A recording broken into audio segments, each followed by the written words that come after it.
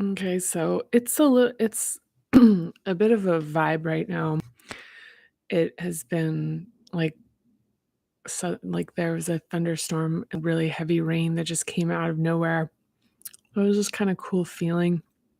'Cause it's like so right now it's like 4:27 in the afternoon. Oh, I just like it. And so I was sitting in I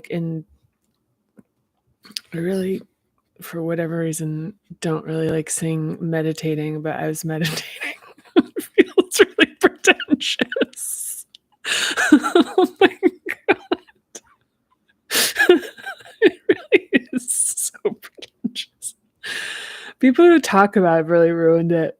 Um, and I don't know, for whatever reason, I thought, well, it's gonna be like this for a little bit. So I lit some candles in here and decided to come and sit down here and do a little bit of reading from and we're going to be reading from here as per usual. And we're at page, what is it? My eyes are failing. I also just didn't turn the light on. So there's, so this is like the after dark vibes. It's kind of, I was thinking about how right now we're getting into mid-September and like I don't know about those of you who get these like short photo periods in the winter. But there I tend to have like dread about it, like where I start to get nervous about it. But what I have found is that if you're not working in an office and you're actually spending time outside during the day, it kind of isn't really as terrible. And so it's that kind of office thing when you go inside when it's dark and you leave and it's dark, it's pretty terrible. Um, but yeah, it's kinda nice. It's kinda nice right now. I was like, "Okay." Yeah, and I haven't been dreading it this year, so there's that. But anyway, enough enough about me. So I guess this is gonna be like the Delilah version of reading from Parnell with, like, very all these dulcimer tones. Maybe do a little bit of ASMR. So we're gonna read about communication. Hopefully, this will not be too preachy. I think there's a lot of bullet points in this section, which sometimes can feel a little bit too prescriptive. All right. I'm really into ASMR. I love it. I think it's really interesting. So actually one thing I'll say about ASMR is that it's really like the thing that's really interesting about it as an access point to some of the stuff that we'll talk about with like subtle body awareness is that it gives the kind of gross body and even like the cognition enough of something to do that it kind of relaxes the slack and there's access into like deeper states of relaxation um, that are sensory. But anyway, we'll talk about that some other time. Okay, so I'm going to read about this. I'm also still not feeling super articulate. So, yeah. So I guess that works with the after. Ooh, can you hear the thunder? There was a really close one. So one time I was sitting here with Adia and little Adia, who was at the time I think 13 or 14 years old, um and the lightning actually hit the street right in front of the window. It's really surreal to this day. It was almost like too crazy. Um, but yeah, it's kind of a cool energy shift right now. I'm feeling this. So anyway, which probably isn't super compelling to watch, but that's really okay. So let's talk about communication. I don't feel it's like weird. I feel like kind of let's see.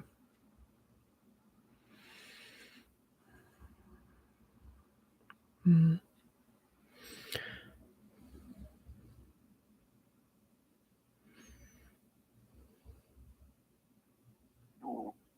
My tummy. Yeah. Maybe I'll go have a nice dinner tonight by myself. I love it. Oh, yeah.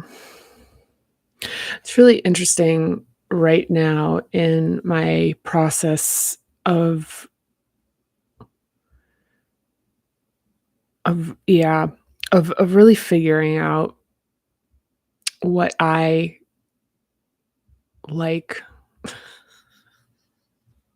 It's really interesting. Um, that it's kinda like that thing where it's like, "Well, what do you wanna do?" And it's like, "I don't know." Right? Like, that's a stressor in some in relationships, friendships, whatever, which is like nobody knows what they wanna do. Hmm, I'm just finding that. And the divining rod for that is the thing that where there's, like, kind of a little there's sort of like a desire. There's a sense of like, that, like, where there's, like, energy that is kind of like, do that, do that. Um, I'm following that. And it's quite the subtlety and the quietness of it, that it really can be that desire can be to, like, do, almost nothing, you know, to follow, like, what feel like it's almost like I think about, like, that ET heart. This actually came up a bunch of times when I was writing the book, and probably also because ET came out right when my 4th hub was developing. Um, so it's like very heart-centered, and the thing is, like, ET's heart glows, like, when the ship comes, closer, it's like this glow, and there really is that, like, that's actually kind of an allegory in a way for it's like we're, like, searching for that sense, um, of, like, what like, that diviningness of, like, "Ooh, that." And there's so many concessions we've made or convinced ourselves that we shouldn't, these are the things to want, like, everybody wants that kind of stuff. I don't know. This might be kind of like I know I have to get out of like, out of my mindset about how this probably isn't that great to watch and just kind of accept that it might not be great to watch. Because I'm feeling yeah, because I can feel myself, like, getting hung up about the fact that I'm not really in an articulate flow right now, even though, like, my state is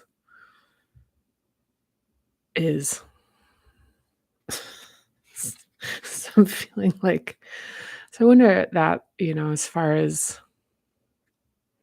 yeah, I think I do think it's interesting as far as consistency is concerned, is to show up inconsistent. So this is another like all truth contains paradox, which is that consistency will force inconsistency.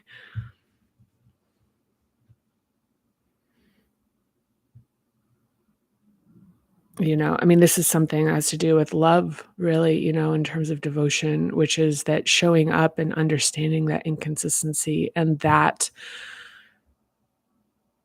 expression and that acceptance and that curiosity and that wonder and that presence and that I'm staying away from the word love because it's too all encompassing, but it's like that quality of like, yeah, sometimes it's good, sometimes it's bad, but like when we're showing up consistently, what that is, it's an act of love. It's an act of love. So I'll read a little bit and then I don't know, I'll just read a little bit and then we'll see what comes after that. So, okay. So, hi, wherever you are and whenever you are. I'm thinking of you right now. feeling connected to you. So communication, one of the techniques and exercises for creation and expression, and this is communication. And go. So communicating effectively involves a dynamic balance of speaking, being heard, listening, and clarifying to validate others. Your voice and hands provide you a uniquely human capacity to express yourself. Language is particularly effective for communicating facts that lead to action, such as my stomach hurts or I want that cookie. It's actually funny because my stomach is grumbling right now because actually all I ate today was cookies. So I don't feel hungry yet. It's starting to arise, but that's actually just funny. Some backstory in this, I don't know. It's really important to share. So, but while poetry and prose can express greater nuance of experience and feeling, the fact remains that we can never fully know how other people feel. The closest we can get to the closest we can get is active curiosity to seek to understand. The following are some pointers and practices to help balance communication and conversation to allow them to be more fulfilling and to encourage better connection.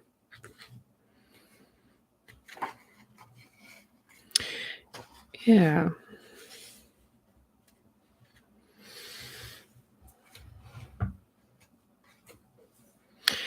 Yeah, that's interesting.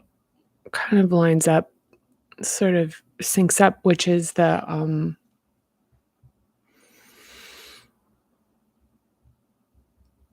guess maybe like just a note on the importance of presence during like in communication, of like showing up, whether it's like showing up for somebody's play, showing up for their,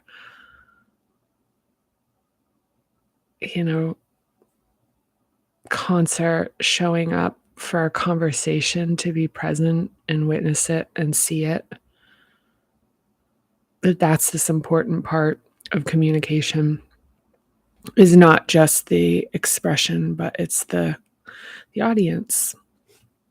So it's bullets from here on out, folks. So let's get prescriptive. Let's get prescriptive here.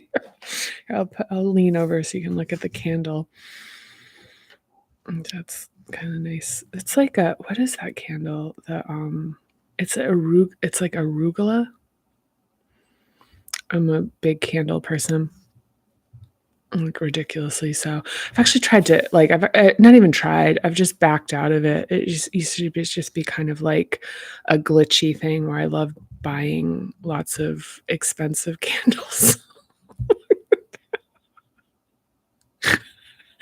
Don't there is a caveat. Don't send me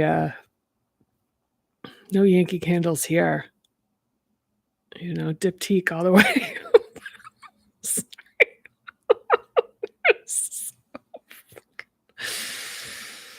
Oh, yeah. It's interesting. I will say it is interesting. A lot of like the cravings of that used to be kind of like peripheral pleasures are not as like strong if or absent in the presence of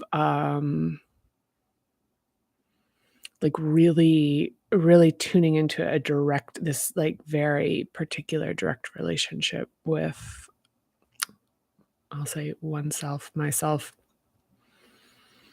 Just that it's just so I remember hearing people say stuff like this and thinking it was really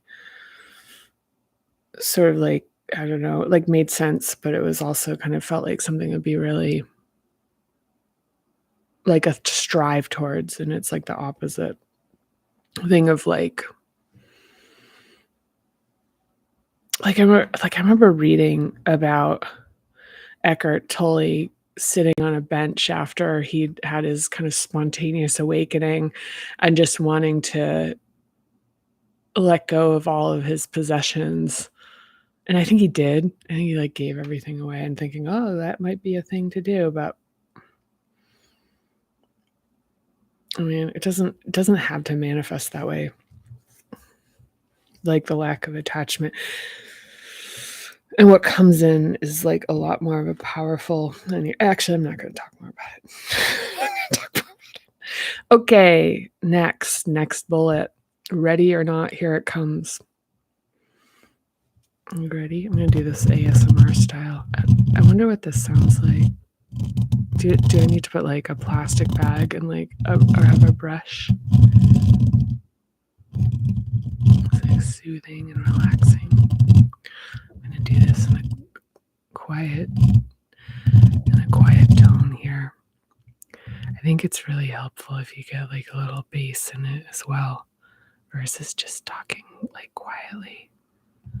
So take notes.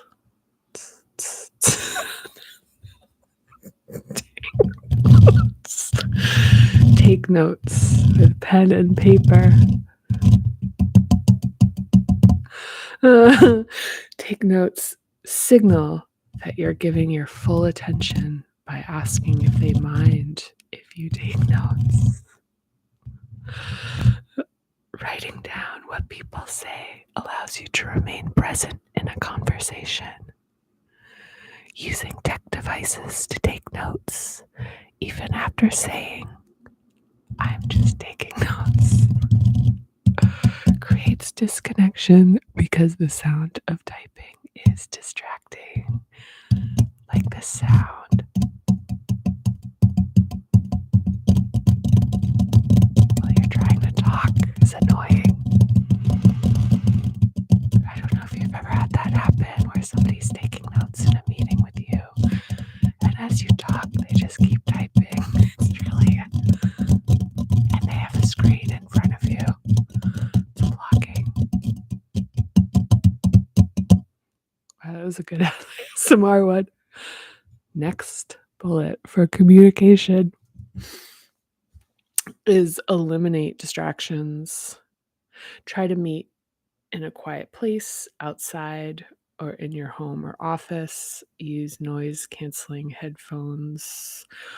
This one is actually, so I will say that this is a quality of that is felt specifically by how much more capability that you have for hearing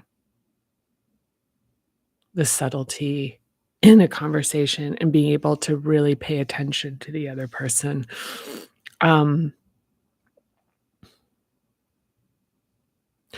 Yeah, when I used to talk on the phone a lot for work, I worked in like a pretty busy office, and I would go.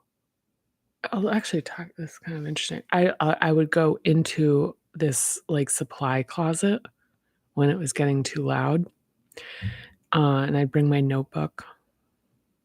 And what I would do is I just would pay full attention to the person, and I would be writing the things that they were saying that stood out to me, but not paying attention to it. Or not staying with it. So if they said something where I was like, oh, that, like something that normally you might kind of like hold on to and just keep recycling in your head because you're like, this is important, I would just write it down. I'd be like that, blah. And then so I could stay in the conversation. And so then what I would do at the end of the conversation is I'd still do this actually, is I'll summarize. I still do it when I'm talking with folks, is I'd summarize. It's like, or I'd pull forward the points that they made and be like, hey, I just want to ask a question about this. You'd mentioned earlier that blah, blah, blah.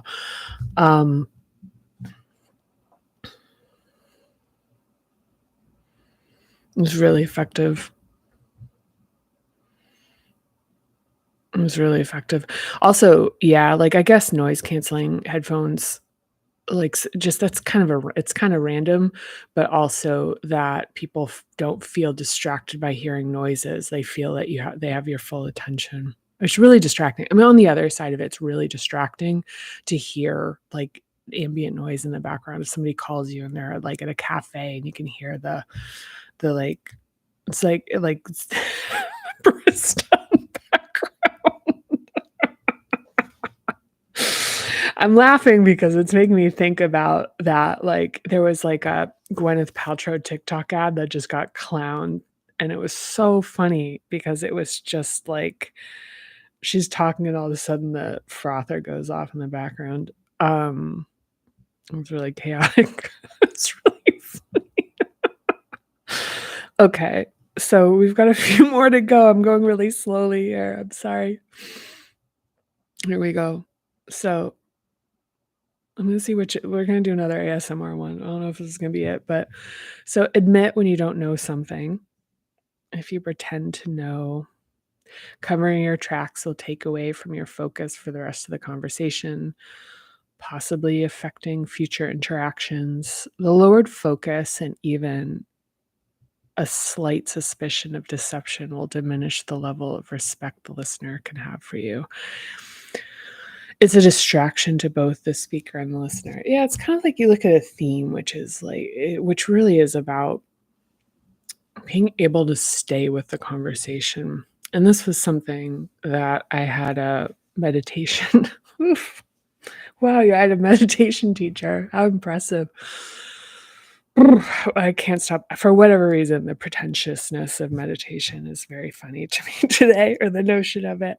Just, what's probably funny to me is that the idea of it being a like difficult thing that's shit is funny to me because it, yeah, because it's so contrary that, um, but yeah, so one of my teachers, and I think I've mentioned this before because it left a big impression on me, said that to stay in an interaction and as things arise as ideas, as someone's talking and like you think something, you go, oh my gosh, like I just had this great thing that reminded me of something that happened to me, or great insight about what they're talking about, or a great point to counter what they're saying, or if you're trying to pitch something or sell something where like, oh, you just gave me the golden, sort of the objection, that instead just to not do that, let the like, it's kinda, it's to let the person like talk, like let them express themselves to, and at least complete their thoughts. And so here, like mine is kind of like you're creating, or my thing here with the notebook is like you're creating a net to catch those things.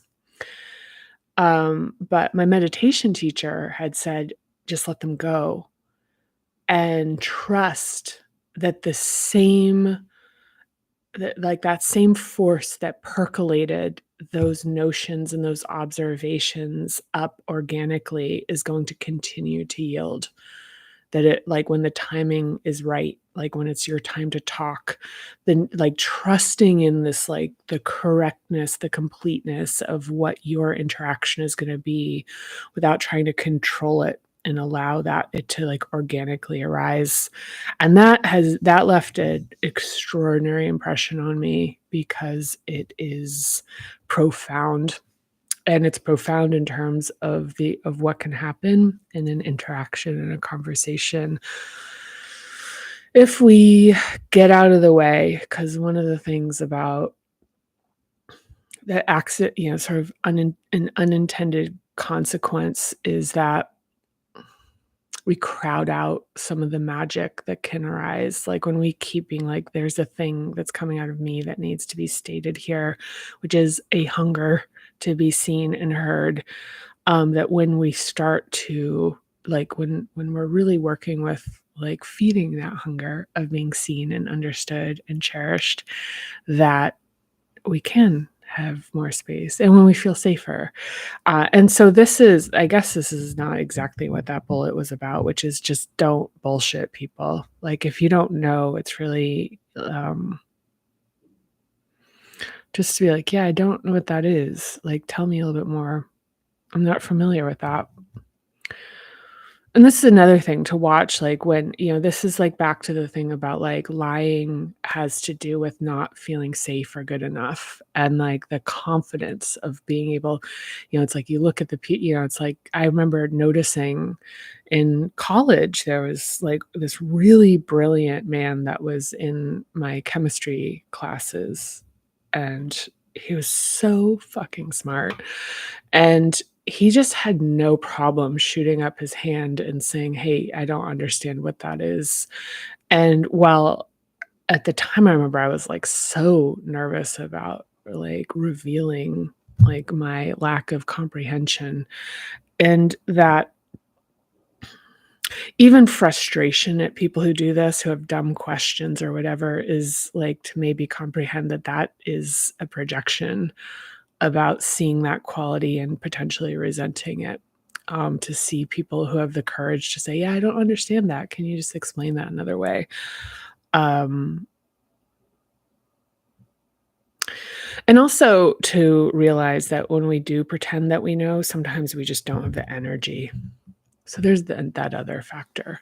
So there, the other factor where it's like, or we don't care that much, which is just like a thing about what that is. It's like the level of investment. So it's demonstrating an investment and an interest to ask and be sure that you're clear and you understand. Because it's sort of like a dismissal to be like, "Oh, yeah, yeah, yeah, I know that."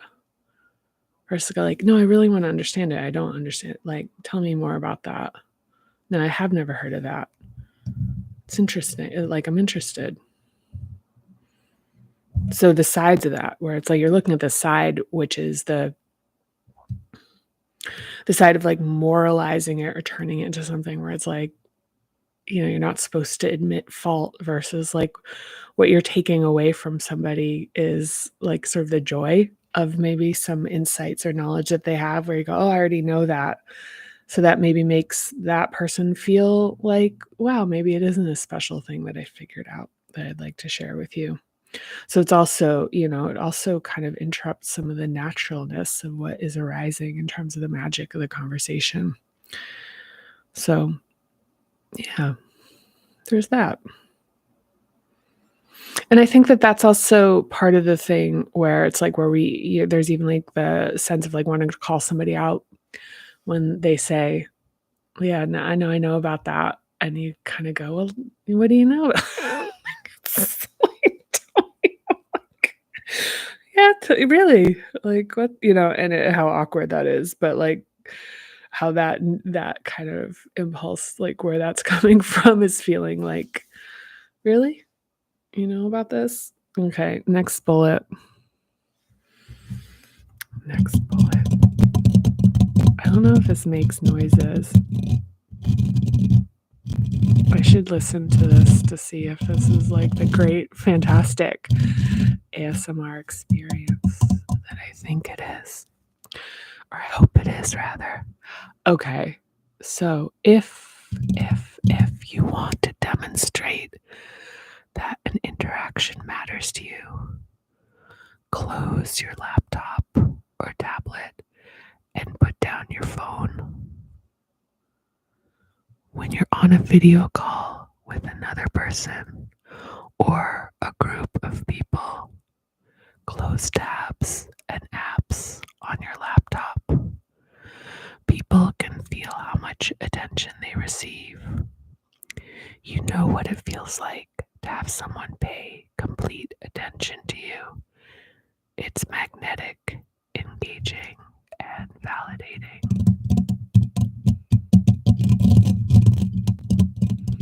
Yeah. Yeah, that's really a thing. It's such a subtlety that is felt, and it really does, back to something I kind of pointed to in the last bullet, which is like people can feel how important the interaction is by and yeah, or like or they can it creates the sense of importance as if it's something is getting your complete attention, and you can tell. There's no I mean, it is like if you're on a call with somebody and they're looking at another email or they're, like, watching, text mess they're just glancing at it, like, it's just absolutely perceptive like, you can perceive it. It really, really is something, um, and even to say, excuse like, kind of call it out and say, "Hey, listen, I just got a message. Do you mind if I check it?" It's like that's a upgrade, but in general just something to be mindful about, like, what you're saying, and the thing is it isn't personal. It actually has to do with the fact that we have, like, really fractured attention spans. So even, watching TV with a phone, um, or laptop on our laps, like, some people watch a TV, have their laptop on their lap, like, responding to work stuff, doing emails, and they have their phone that they're, like, clicking through their social media on, and, yeah, I mean, I guess that's part of some of the stuff in terms of, like, what the, consequences are of that, is that it's hard to sit with, like, one to tend to one thing and to really, like, look into the detail versus getting, like, an obtuse, like, kind of high octane overview of multiple things at once that are, like, packaged to be interesting. I mean, that's one thing I even find, like, I love TikTok. I love TikTok. One of the things about TikTok is that TikTok has, like, I if, when I'm like, scrolling, whatever, I'm even I am conditioned that it's like if somebody doesn't get to the point really quickly, I'm like, "Yep," and, like, do you're out. So it does it's training for, like, things that aren't really really great. Oh my god. So I have to meditate so much to counteract it.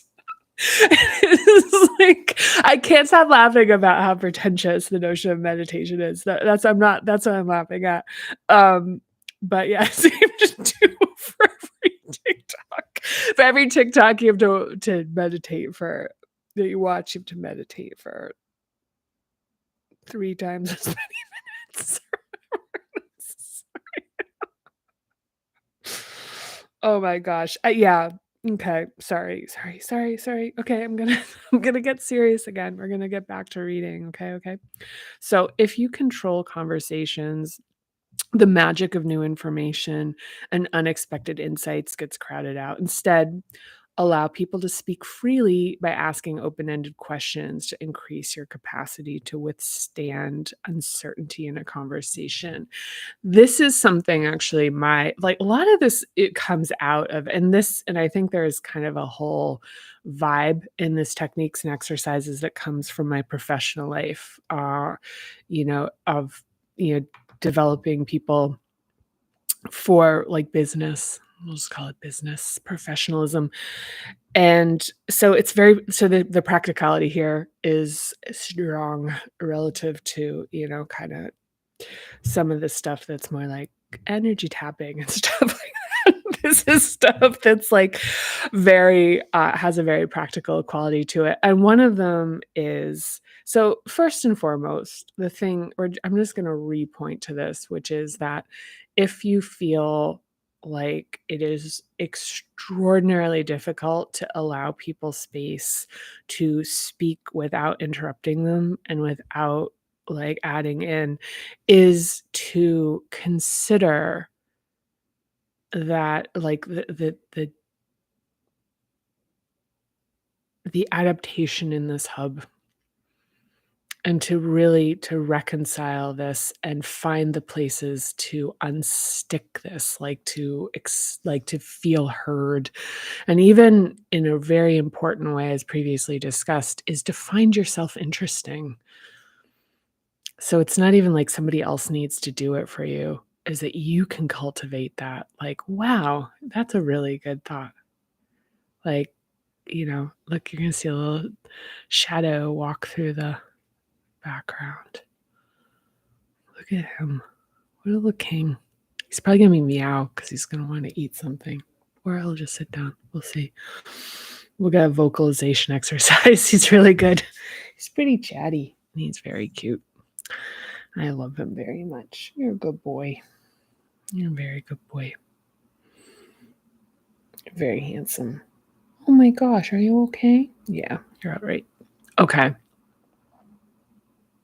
So controlling conversations.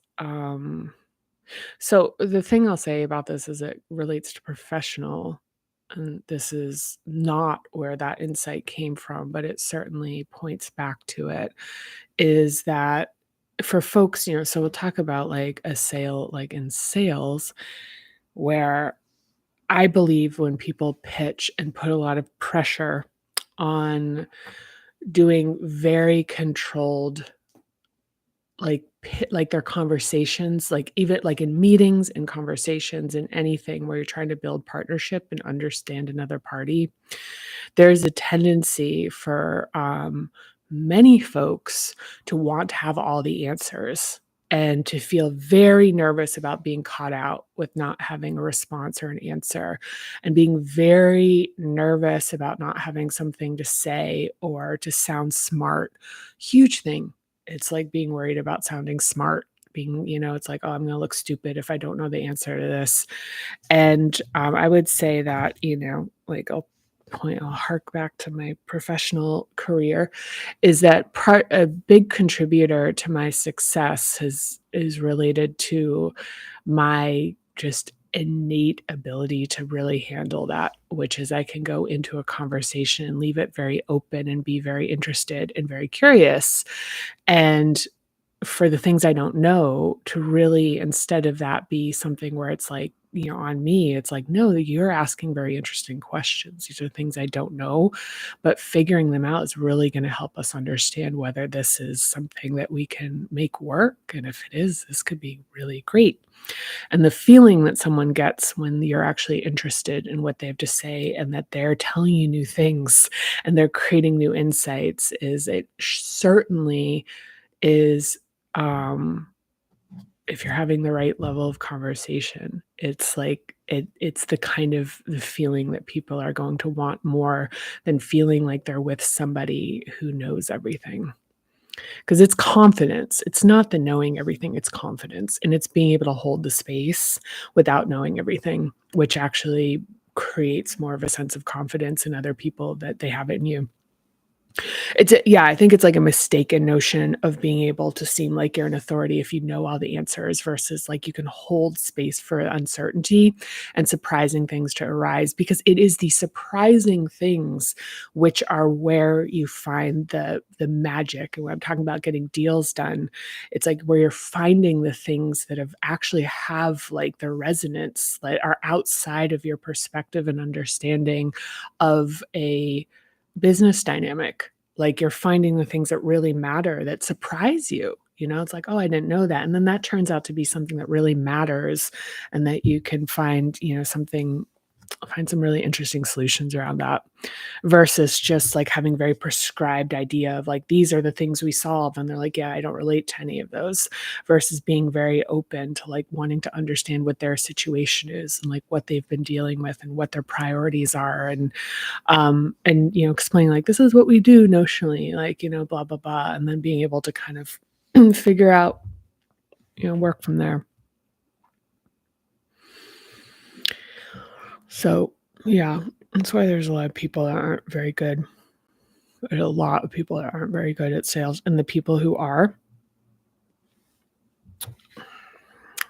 can, it's, the world is yours.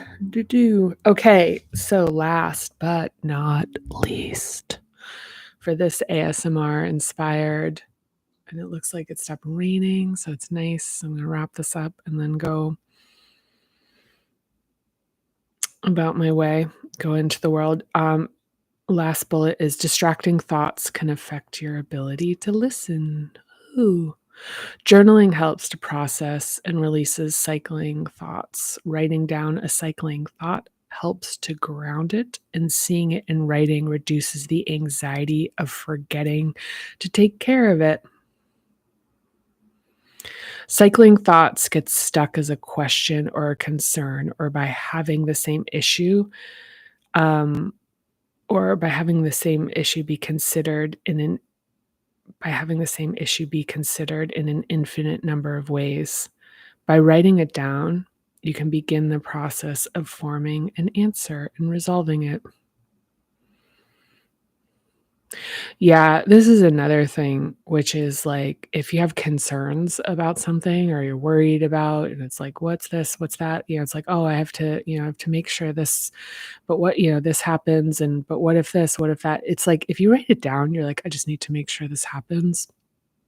This is something we talk about in Third Hub, and we'll talk about in the 12th chapter, is that it kind of, it's sort of the snow globing of a worry, which it'll just keep taking on different sort of versions of like, this could happen or this could, it's like, this is the thing that needs to happen. And just writing it down and being like, this is the thing. And and for some folks, this doesn't work completely, but it's the beginning of a process, is to just really point yourself towards the thing that needs to be resolved versus focusing on that, the worry expanding and expanding. But I don't know that, I think that's something that there would work for some people and work for others. But and part of the thing too is being, yeah, I don't know, I'm not gonna get into that. It's too like grindy, too many like ridiculous details. But anyhow, I hope you have enjoyed this very special installment of reading from the Parinama method. Yeah. Communication. Tomorrow. The next is setting up. Containing a conversation helps to reduce anxiety and overwhelm, while it creates connection and grows a relationship. All sorts of exciting things that we'll talk about. So, all right. Thank you so much. And again, any comment I will respond to. I really appreciate you taking the time and being interested in this. We're doing this together. Also, if you have anything that you want to share with me about anything that you either have had experiences with, anything that you think is missing here, where you're like, I think that's like kind of, or even things that miss the point, or additions. I'm loving when I'm getting messages that are like, well, here's another way to think of this. I love that. It's really, I mean, this is the give and take of how this practice grows all of us together when we do it together. So anyhow, thanks again, and I'll see you soon. Bye for now.